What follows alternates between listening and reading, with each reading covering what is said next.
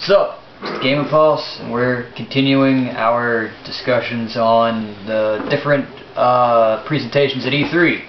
And we could talk about the big one. We could talk about Microsoft's presentation. What was it? I didn't see the beginning of it, but right off the bat they talked about War of Tanks. No, the very first thing that they showed was Metal Gear Solid 5, Phantom Pain. Like, right away. That's all. That's the first thing that they showed. That game looked solid. I mean, I've never been, I've never fully been into Metal Gear Solid, but it actually did look interesting. It's just kind of like, you know, when you think of Metal Gear Solid, you think of PlayStation. You think that's a PlayStation franchise, but it ain't anymore, motherfucker. It's a multi-platform, which that was pretty big, if you ask me. And then they moved on to some shit. Then they talked about how they're going to still support the Xbox 360. How there's, they were like, there's this new 360 model that we have, and it's available today.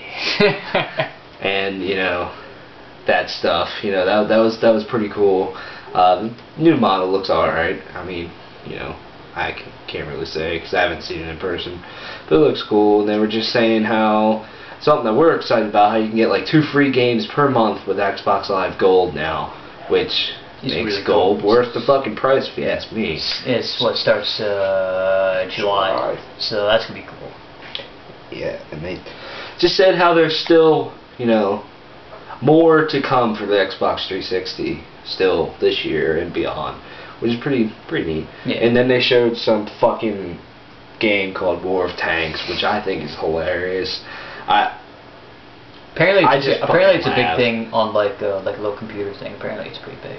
Yeah, apparently it's really fucking popular, but I don't give a shit. I'm sorry. And the guy that talked about it made me laugh. Yeah. Then what? There was Rise, Son of Rome, which looked fantastic. That's so good. What did you say when you wish? Because I missed it. You were showing me the thing. It looks like Call of Duty, just like old school Rome style. Yeah, because everything's just going to shit and blowing up, and you're just kicking ass, and it looked pretty intense. The one part with the making the, I don't know, with the Spartan thing where you had to take the shields. That was so cool. Like, there's nothing like that. Yeah. And I don't know where they got all their spears from. Yeah, the only thing I'm worried about is, like, there's so many quick time events. Whenever you kill somebody, it's a quick time event. I just hope that doesn't bog the combat down or anything like that. But you can't really tell until you actually play the game. Yeah. So, I don't know. Other than that, like, it looks amazing. Graphically, it's probably one of the better games that I've seen all day. Yeah. Also talk about Killer Instinct, which you guys might remember was an arcade game that was eventually ported over to the N64. Is now coming to the Xbox as an exclusive title, and apparently that was what people really liked. Like, nobody apparently they were like, oh, there's too many shooters, but they were like, yeah, Killer Instinct.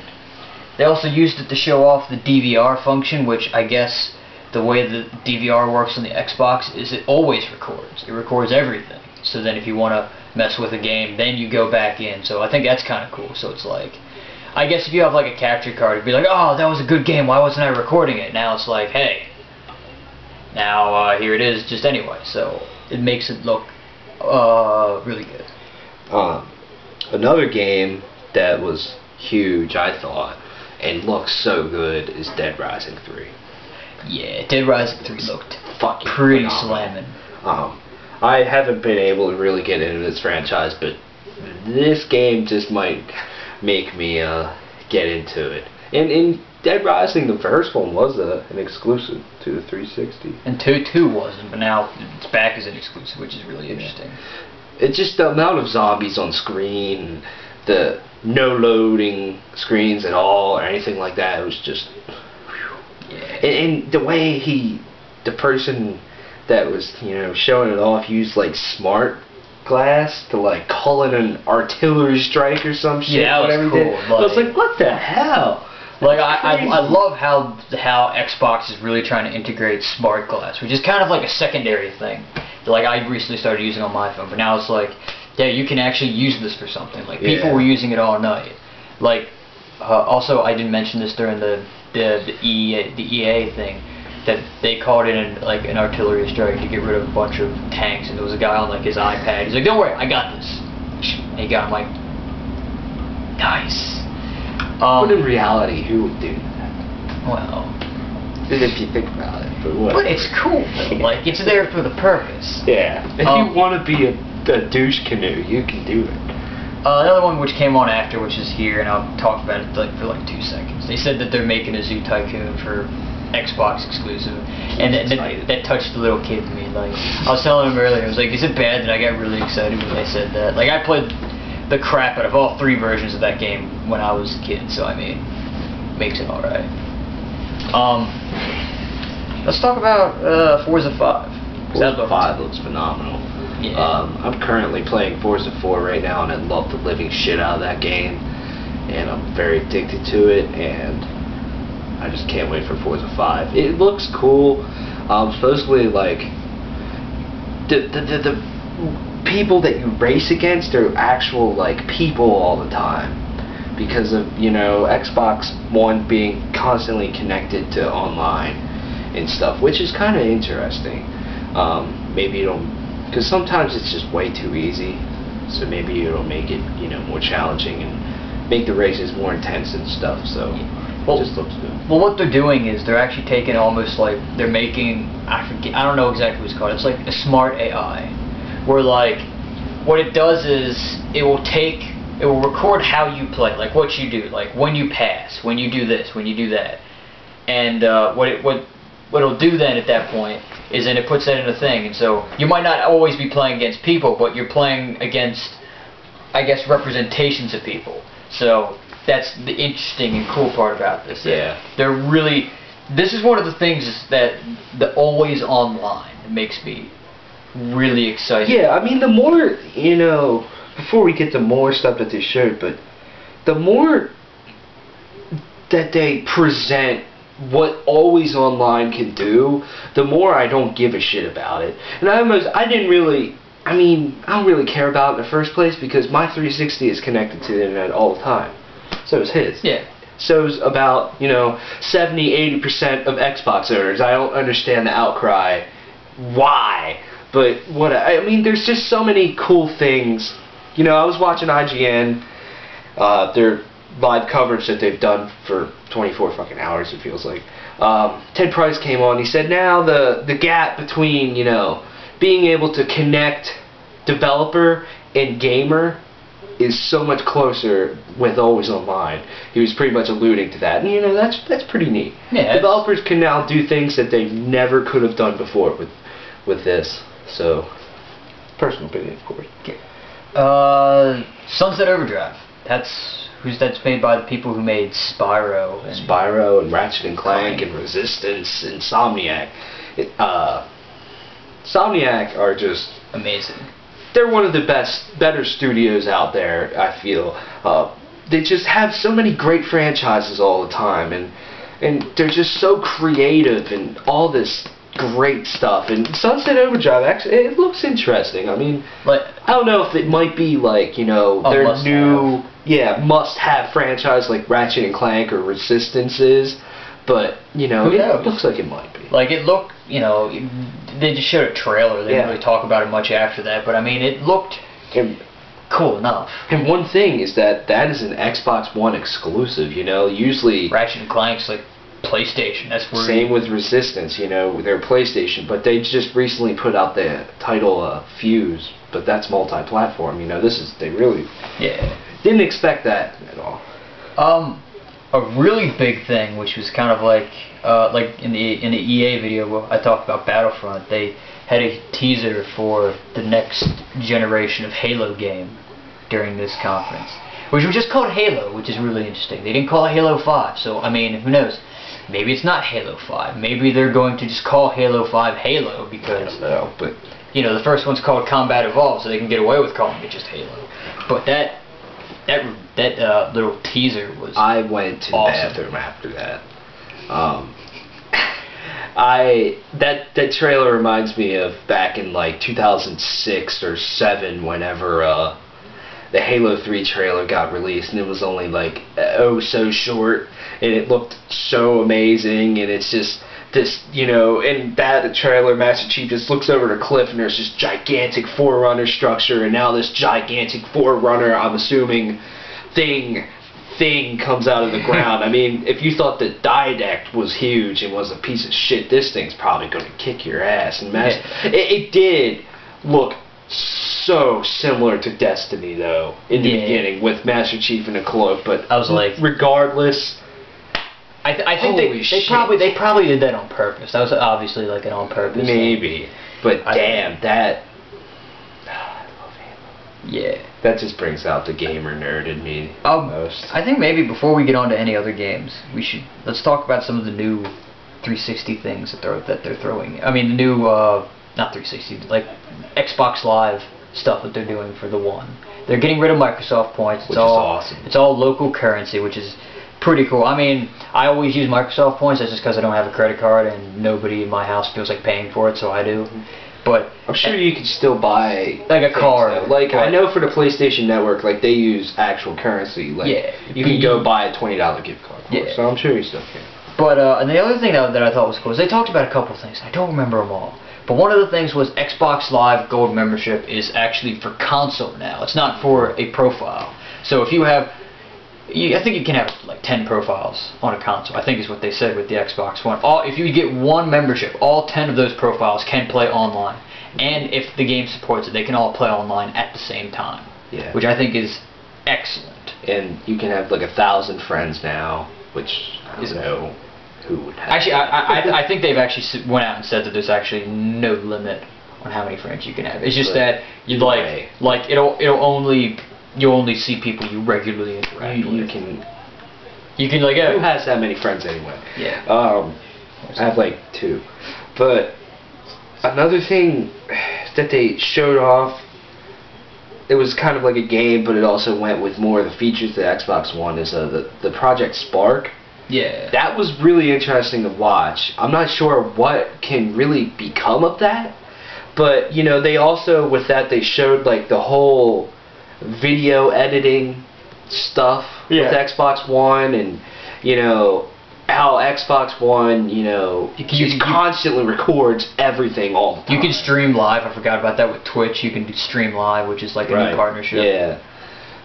Let's talk about, I guess, Crimson Dragon really quick, because I mean they just showed a trailer for that and it looked alright, but then there was a problem during the conference. There was no sound. Yeah. So if there would have been sound, I probably would have been like, because you know that's my kind of game. But I'm like, I got to listen to the crowd, you know, laugh, and I'm like, wasn't.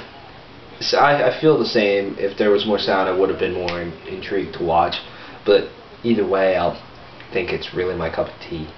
But it might be cool. Another game that looks amazing, but they had technical problems, was Battlefield 4. Yes. For a while, you know, it took a little bit for them to actually get it running, but when they did, holy shit. And that game does look amazing on the Xbox One, and, you know, looks miles ahead of the 360 and PlayStation 3. People. Anyways, that game, you know, I hear Keith talk about the multiplayer. I haven't seen it yet. I need to, but single player looks fucking badass. Yeah, it looks so much better than Battlefield 3. Yeah, it looks quite amazing. Like I said, I've never really been, especially, it wasn't big on Battlefield 3. I don't know. It didn't hold my interest.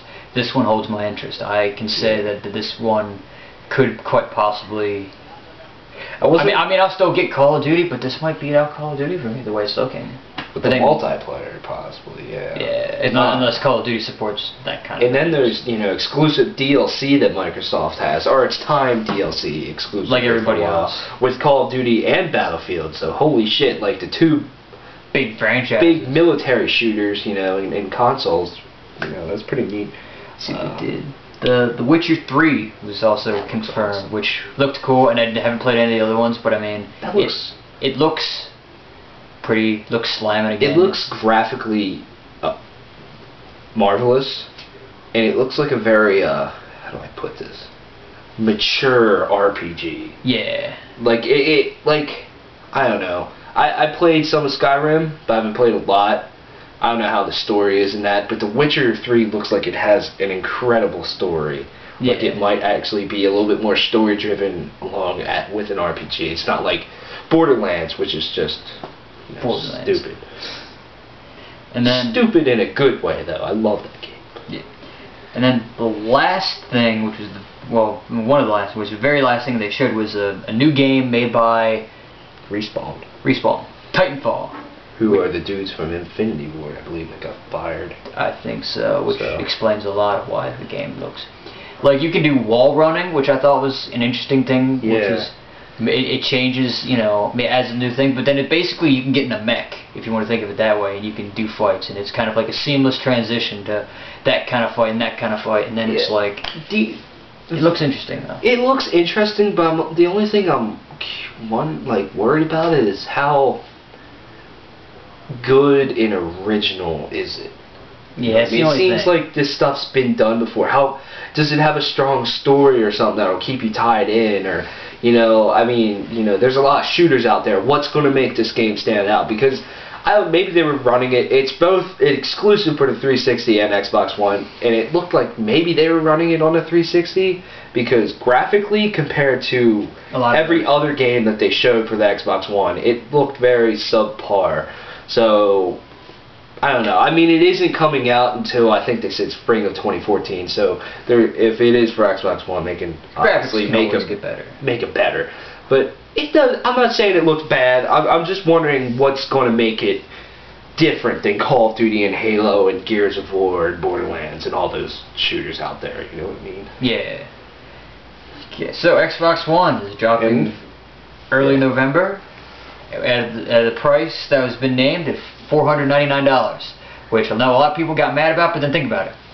Getting the Xbox One, which is like having three, things in one. You get a wireless controller, get a headset, you get the Kinect.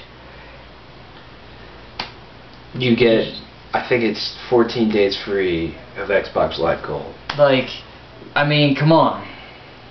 That's not bad. Consoles aren't going to ever be as cheap as they were because they're getting better. Also, it's not that Sony's is going to be so much cheaper anyway. Yeah. Sony's, I don't see it being any cheaper than $400 at all. No. And it wouldn't surprise me if it's $500.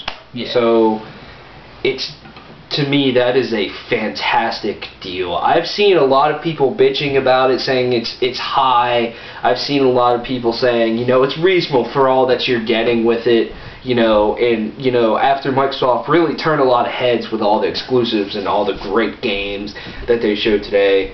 I saw some people that are like, it's really high, but, it was kind of what I was expecting. Yeah. Really quickly, I noticed we didn't have it on there. I just remembered they did show a little bit more Quantum Break.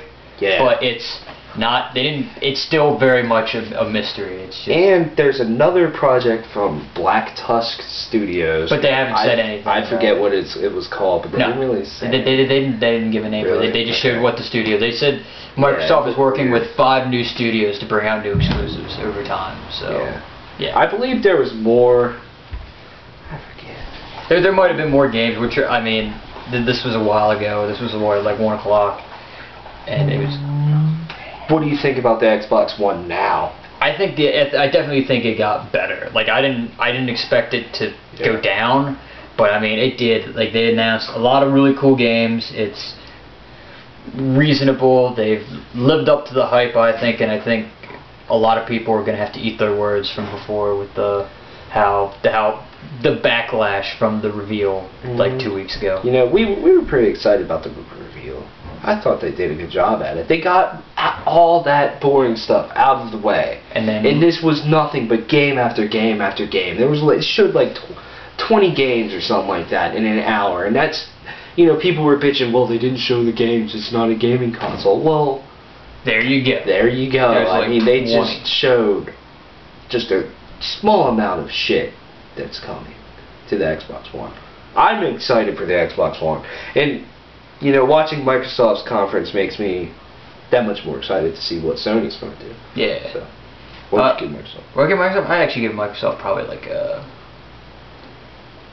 an 8.6 out of 10. I think they did a pretty swell job. I give them an A-. I think they did a good job as well. It's one of the better Microsoft conferences that I've ever seen in a while. So. All right, yeah. So that's everything. Out of everything Microsoft showed, what made you most excited? Out of everything they showed, out of everything I saw, I probably got the most excited over Dead Rising 3. That probably got me the biggest. That did look good. I'm just gonna be a faggot. I'm gonna say Halo. That too. But if you know that was so short, I'm gonna have to go with.